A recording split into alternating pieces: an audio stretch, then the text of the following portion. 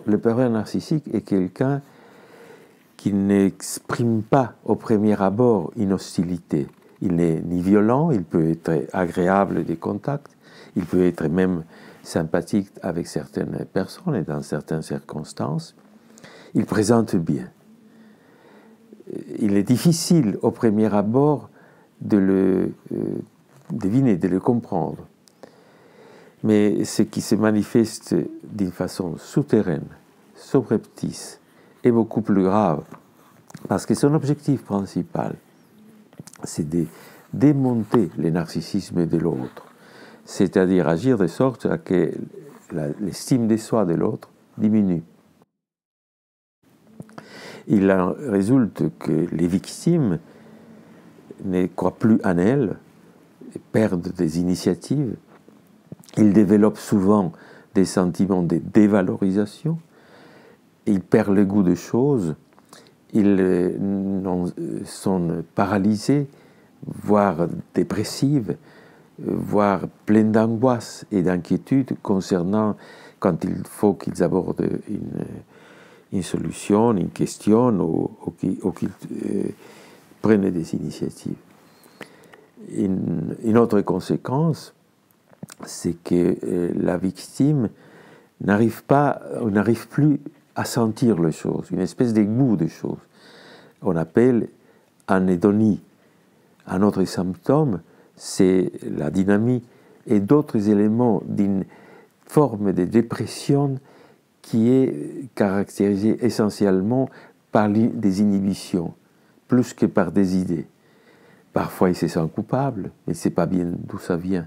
C'est ce que j'appelais par ailleurs la faute sans nom. Et je me suis référé à l'exemple de Franz Kafka, dans l'ouvrage Le Château. Le personnage se sent qu'il a commis une faute, mais il ne sait pas laquelle. Il est éjecté, il est maltraité, et on ne lui admet pas d'accéder à ces châteaux. Et dans cette incapacité à comprendre de quoi s'agit-il, il s'y perd. Il est très très important qu'on puisse situer la source d'une reproche ou d'une critique.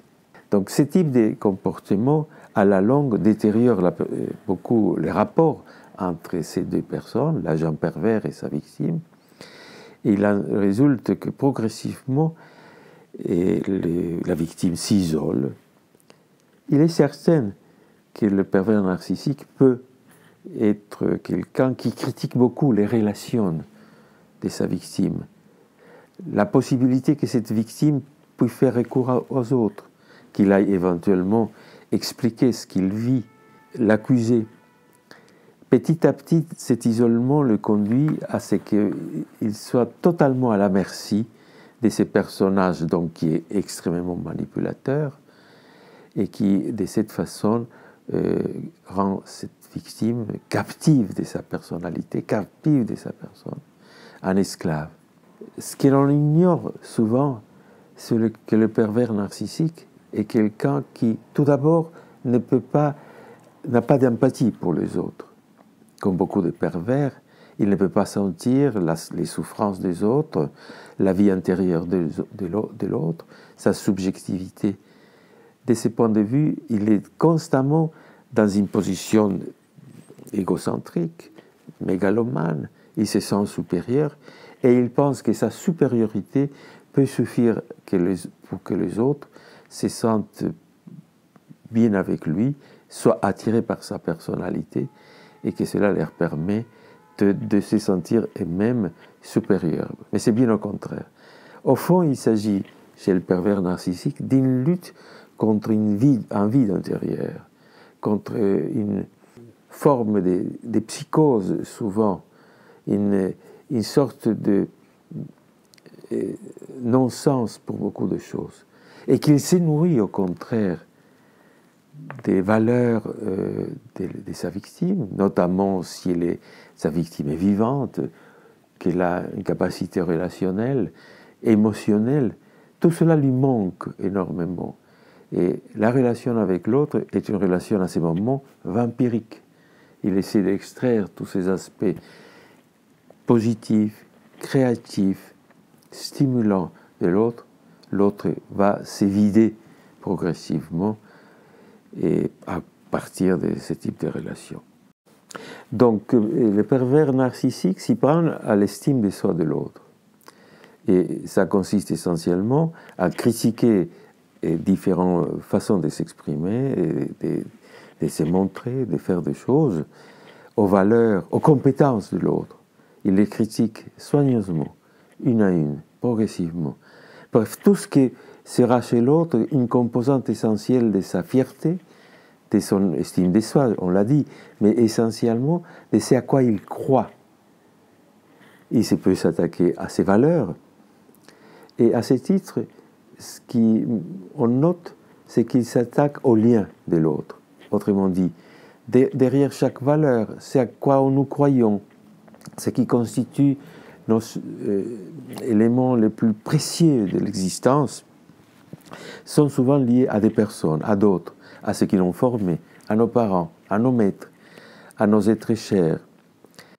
Les pervers narcissiques attaquent les liens, attaquent les rapports. Ils remettent en question les qualités de l'autre, leur honnêteté. Il y a certains pervers narcissiques qui sont des hypermoralistes, et ce sont des personnes parfois qui savent parler de tout, qui ont un avis sur tout, des donneurs de leçons, ce qu'on appelle les donneurs de leçons, c'est une des caractéristiques de ces personnalités.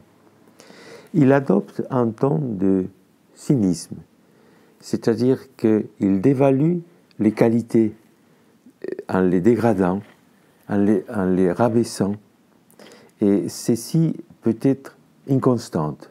Ce qui m'a conduit à étudier sa rhétorique, la façon dont il s'exprime, la façon dont il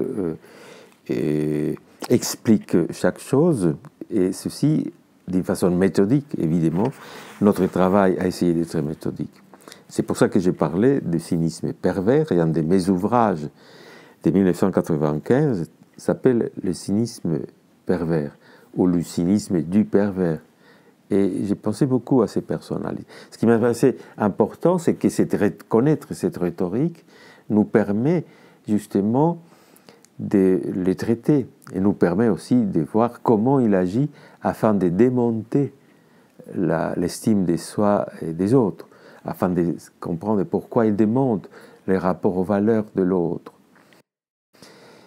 En réalité, il humilie les autres, il humilie les mondes, il dévalue les qualités, les bonnes intentions, les savoir-faire, la bonté, la solidarité du monde, parce qu'il veut s'ériger, lui, en maître du monde.